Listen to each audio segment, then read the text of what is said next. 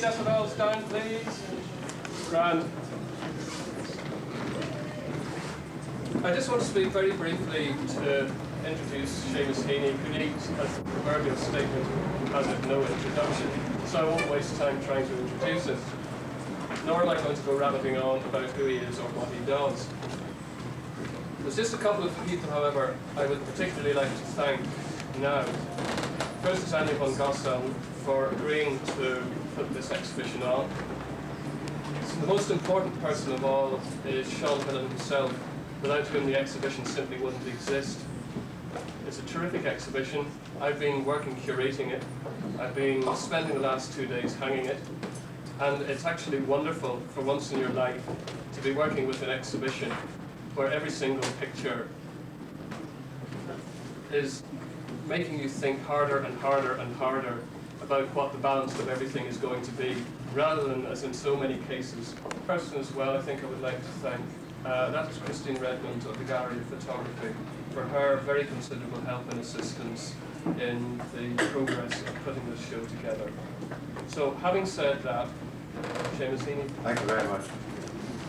First of all, I should say, I didn't mean to let Seán Hillen down by wearing these clothes, but I'm going somewhere else after this, so that's my excuse. But Seán Hillen and I actually share the same initials.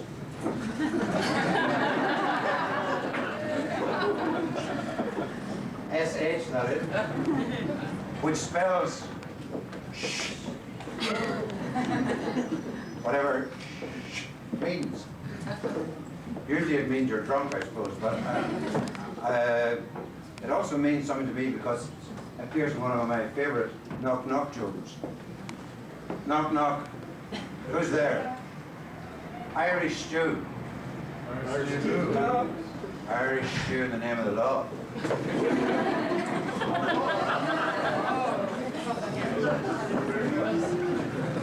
However, SH, in other words, is a form of doubling that we have here.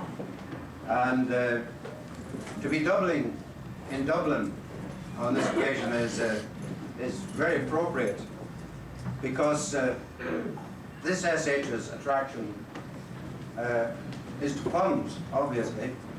He is Yuri Gagarin, and he has produced a show called IRELANTIS. But it isn't just the verbal pun, it's the matter of identity, of being oneself in a binary system, if you like, of being trapped in a state where knowledge is also acknowledgement. It's all very interesting stuff, I'm sure you'll agree. But what do I mean anyway? The SHs of this world, those people who were born and brought up in Northern Ireland and who are not stupid or insensitive, those people couldn't help realizing that they were living in two places at the one time. On the island of Ireland on the one hand, and in the British states on the other. I even wrote an essay about this 10 or 12 years ago, talking about the consequences for poets from Northern Ireland. And I used as a text in this essay a parable that the psychologist, prophet, whatever you want to call him, Carl Gustav Jung, used. Jung talks about the mind when it is faced with two equal imperatives. Imperatives which are equal but which are contradictory at the same time. The kinds of truth, for example, faced by the man who says, I have fallen in love with my secretary, but gosh, I'm still in love with my wife. What should I do? Well, Jung says, do nothing. I mean, it's not very practical advice, but it's sort of wise advice. He says if you do one thing or the other, you're going to make a mistake, you're going to foul up everything. He says, wait for a new state of consciousness to evolve. Wait, he says, until you move from the condition where you say, I'm suffering, to the condition which says, I know that I'm suffering. And that's a new liberation, that's a new condition. That's a state where you have a new self-division, not just secretary and the wife, but myself from myself, new interesting liberations taking part. A definite move towards a new state of consciousness. Seán Hillen's art obviously is born out of an awareness of division, out of being in two places at one time, as we all are, out of an ache for some kind of wholeness in a world where the comfort of wholeness and simple wholeness is denied. Or if it's not denied, that certain wholenesses present themselves as occasions for self-denial. I prefer not to be as whole as that, but the title of this exhibition, IRELANTIS, isn't just a verbal trick, in other words. It's about conditions of anxiety. Atlantis was a lost city. Atlantis is a lost city. Atlantis is one of the few nouns which has a tense in that case. Atlantis was and Atlantis is. And in this, it's sort of like Ireland. Ireland is one of the few nouns that has tenses. Ireland, if you take it as a noun, is it past tense? There's a strong inclination to past tense in it. But there's a strong unease about that past tense. N'est-ce pas? There's a strong urge to get into the future. There's a strong fanciness about living in the continuous present in Ireland. So, in the grammar of some consciousnesses, in other words, and the grammar of some of these pictures, or works, or photography, montages, photo montages, in some of these Ireland is, the past tense of Ireland is there. Cuchulainn, Carlingford Lough, Muirhevna, Newgrange, the Rosary, and Dublin City in the rare old time. In the grammar of another consciousness, the whole continuous present is there.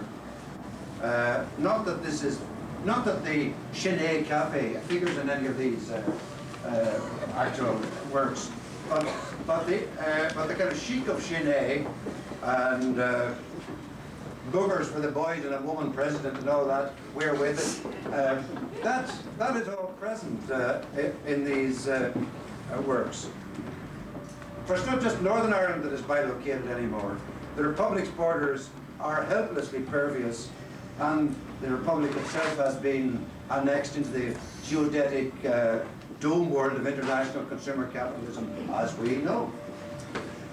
And Seán Hillen's art is manifestly about the consequences of this, about living inside it, living outside it, living with it, living against it. But the main thing to stress, what I want to stress, is that it is actually an art. And it's an art for all its postmodernity, which has a classical, if not a classical, a romantic basis, a very modern in the sense of romantic basis. It knows its postmodern P's and Q's okay, but it keeps its emotional ABCs just in touch also.